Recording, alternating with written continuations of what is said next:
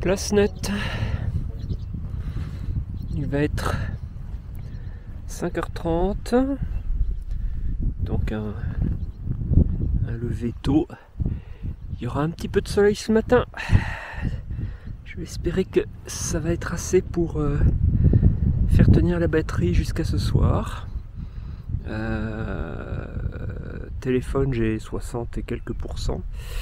Ça doit le faire. Caméra, c'est un peu moins sûr. Je dois avoir 35%. Allez, je pars par là.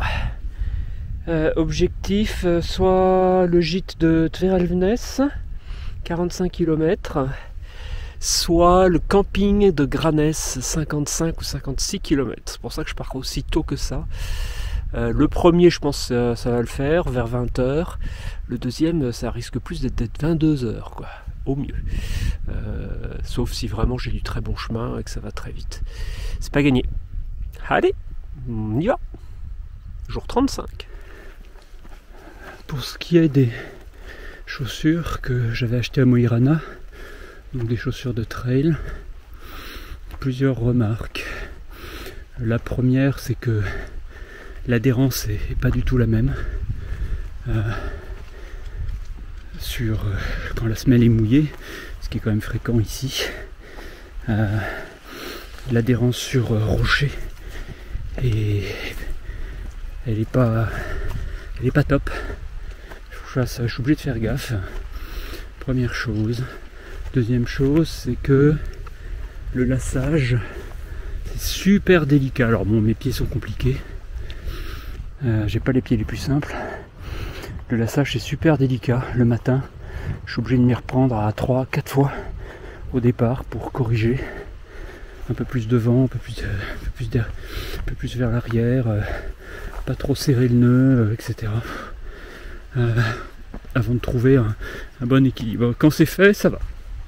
Quand c'est fait, c'est des pantoufles. Donc je récupère mes chaussures normales, mes Miscalito.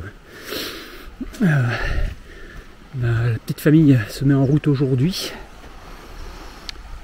Elle se met en route aujourd'hui depuis l'Alsace. Donc quelques jours de road trip avant de me rattraper. Je pense qu'on va se retrouver à Rorvik. On est le 25. On va se retrouver vers Rorvik vers le 29. Ou un peu plus loin vers le 30, selon à quelle vitesse elles avancent. J'aurais fait ma petite liste de tous les matériels de rechange potentiel. Il fallait j'avais besoin, qu'il fallait qu'elle m'amène. Et comme ça, je vais pouvoir réalléger certains postes que j'avais alourdis parce que je pouvais pas prendre des choses dans l'avion, ou tout simplement des choses que j'ai portées dont j'avais pas besoin. Allez, un petit col à passer, et puis c'est la descente vers un nouveau grand lac, le Famvatnet, je crois. J'aurais vu qu'un minimum de la montagne là-bas et de ses glaciers. Et par là, un nouveau paysage se dévoile. Quelques petits lacs, il y en a un beaucoup plus grand là-bas, pas visible encore, vers lequel on va descendre. Donc je vais reconfigurer parce que le petit bout de soleil pour ce matin, il va pas vraiment être optimisé, ça va plutôt être de la lumière diffuse. Donc je vais remettre le panneau à l'horizontale.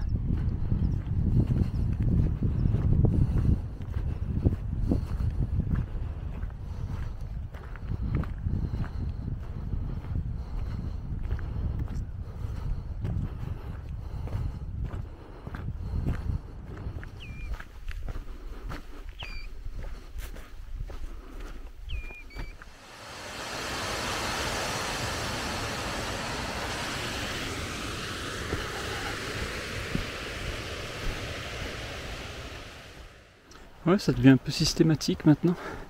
Quand je reviens vers les 500 mètres d'altitude, je retrouve du sapin au-dessus, ce sont que des bouleaux.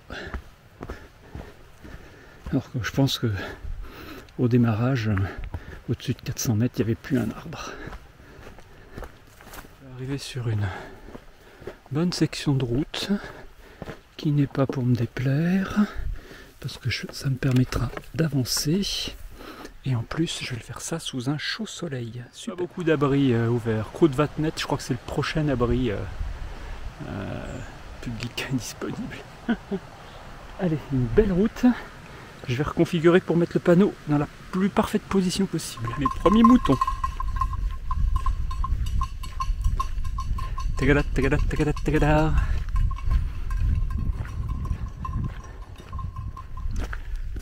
Oh, c'est pas fréquent de croiser un peu d'habitat. Petite ferme.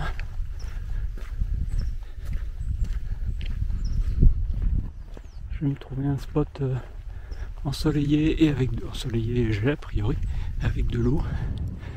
Profiter d'un moment où le soleil se montre franchement pour recharger de manière optimale. Ça me mettra plus à l'aise pour la journée. Ma pause de bord de route pour optimiser la charge n'a pas été concluante. D'abord, le soleil a passé son temps à se cacher. J'ai gagné 3% sur le téléphone en charge directe. Je pense que le plus rentable, ça reste de charger la powerbank en priorité. Elle est plus efficace à recharger. Et ensuite transférer sur les appareils. Mais c'est vrai que quand la powerbank décharge sur le téléphone, j'ai rien qui charge en même temps, quoi. Donc quand je veux optimiser, donc la priorité c'est remplir la powerbank autant que possible. Le premier appareil qui tombe en rade, caméra ou téléphone, je le recharge avec le peu qu'il y a dans la powerbank. Et puis on remet la powerbank à charger, etc. Bon, c'est là que je tourne. Kruidvatnet, 15 km, c'est là que j'aurai un petit abri, et ce sera a priori c'est le bon timing pour la pause déjeuner. Il y a quelques instants, j'ai fait fuir une grosse bête qui était pas très loin de la route. Complexion marron, assez massif. Je pense que c'était une femelle élan. J'ai pas vu de bois. Il y avait pas. De loin, ça a presque ressemblé à un âne, mais une complexion marron. Et puis une façon de se déplacer qui n'est pas du tout celle d'un âne.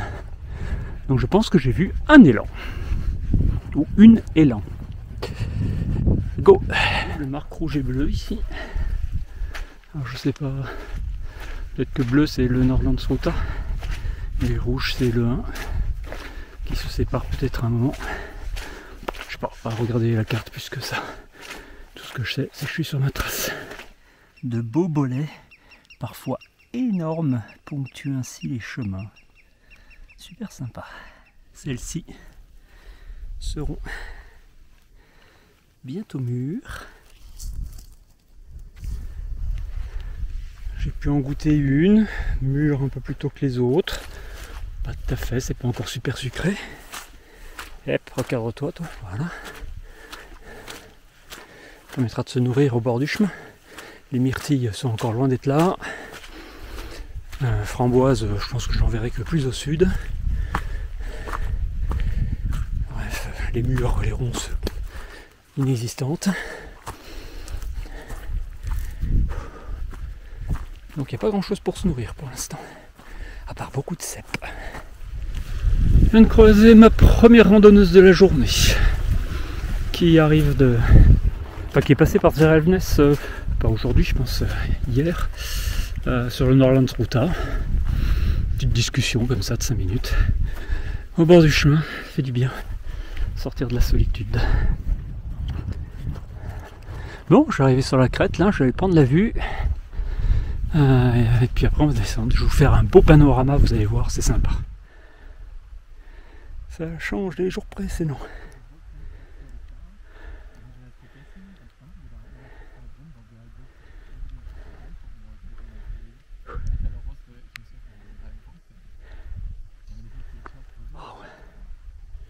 Et il y en aura encore de l'autre côté à découvrir.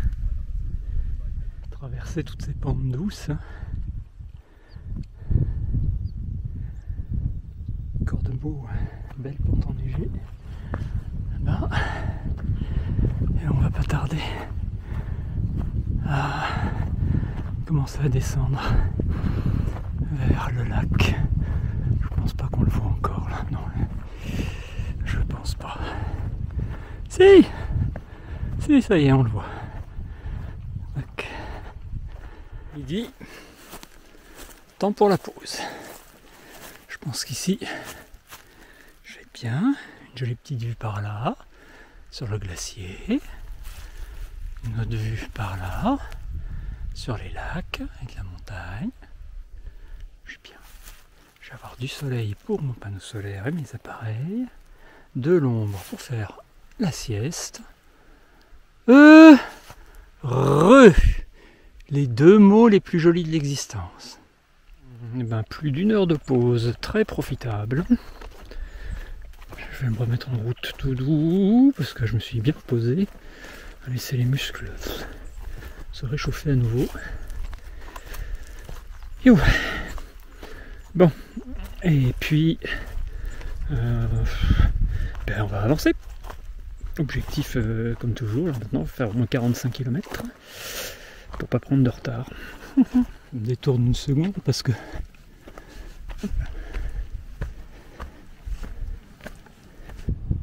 à 1 minute, à 5 minutes, il y avait cette belle cabane.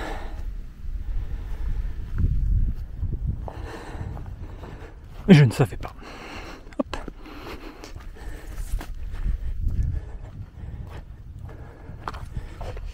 Allez, c'est un tout petit crochet. Il y a vraiment une bien jolie section ce matin. C'est verdoyant, c'est boisé, il y a des lacs, il y a de la montagne, ça monte, ça descend, il y a de la gadoue, évidemment. Mais ça se fait bien. Ça se fait bien, on prend un petit rythme et on avance gentiment. Il y a un petit peu de monde là sur le Nordlandsruta. Quand je dis un petit peu, j'ai croisé 5 personnes. Voilà. 6 si je compte quelqu'un dont je n'ai vu que le sac à dos dans l'abri que j'ai filmé à l'instant. J'ai pas vu la personne, mais sa présence était attestée. Je pense que c'est Krutihuta, cabane ouverte, je crois. Je le crois.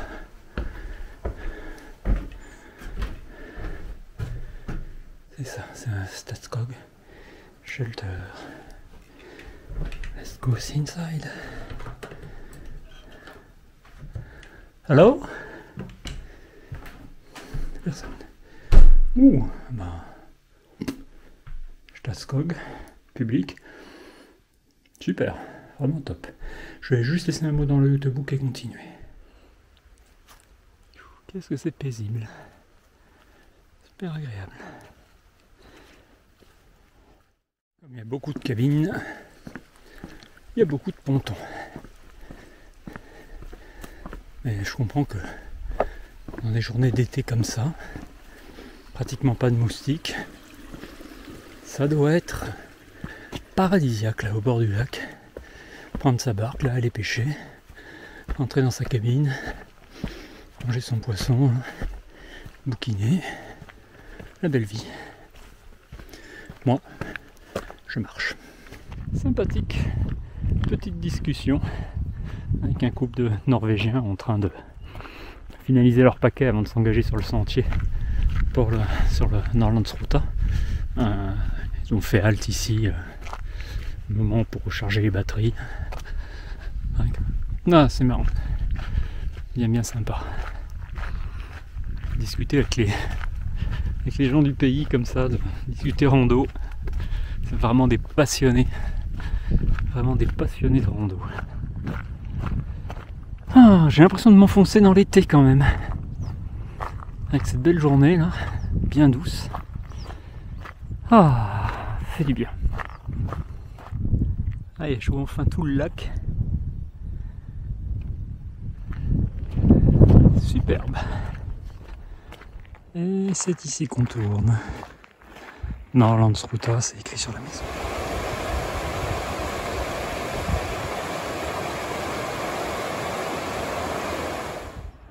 Un peu de changement de paysage avec ces falaises.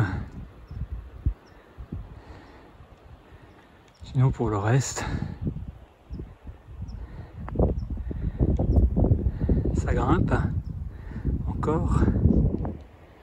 Derrière aussi il y a de la vue.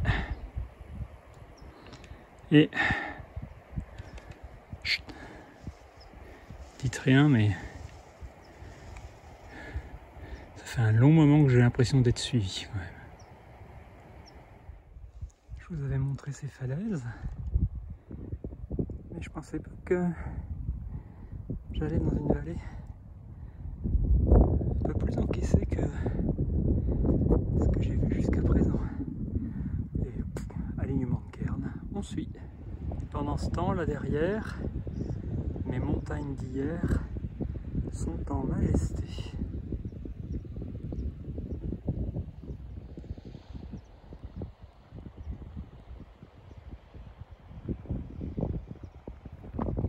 Bon, vous aurez noté que je filme avec le téléphone. La caméra est décidément très capricieuse avec la recharge sur batterie tampon. La montagne là-bas au fond se liquéfie littéralement à la fonte des neiges.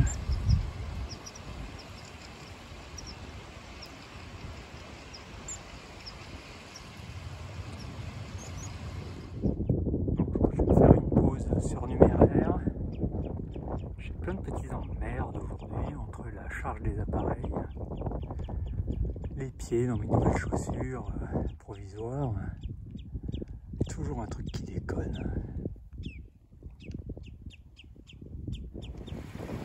Une pause courte au bord de l'eau. Petit vent, micro-vent. Un peu de calories.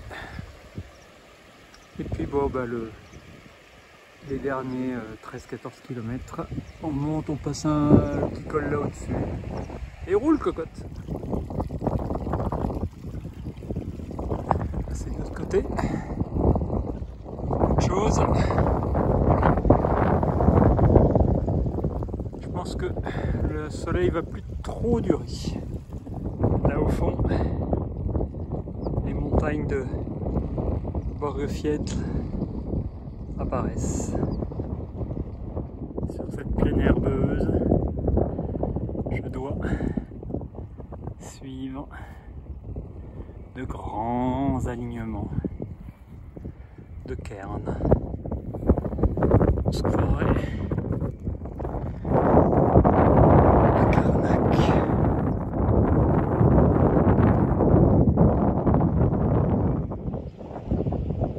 De baraques. Toujours ces montagnes de Borgefjell.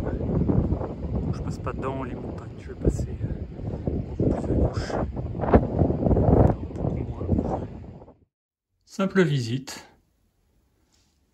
pas dans mon référencement, mais pratique.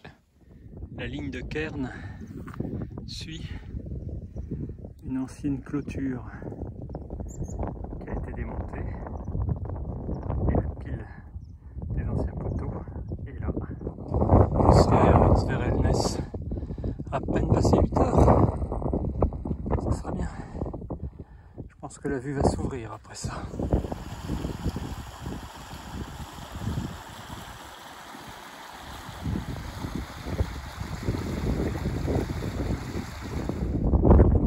C'est ici qu'on commence vraiment à descendre vers Tverelnes.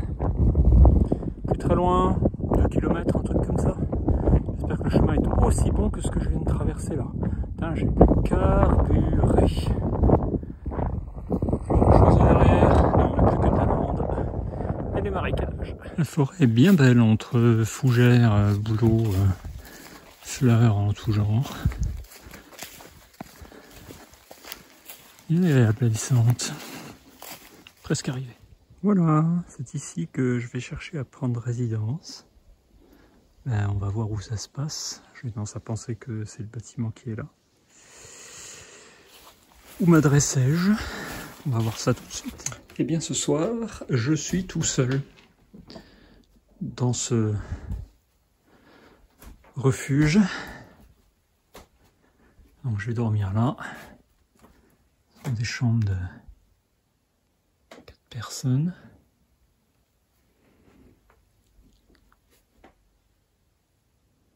Coin séjour, enfin salle à manger, séjour. Et le luxe intégral, total, absolu.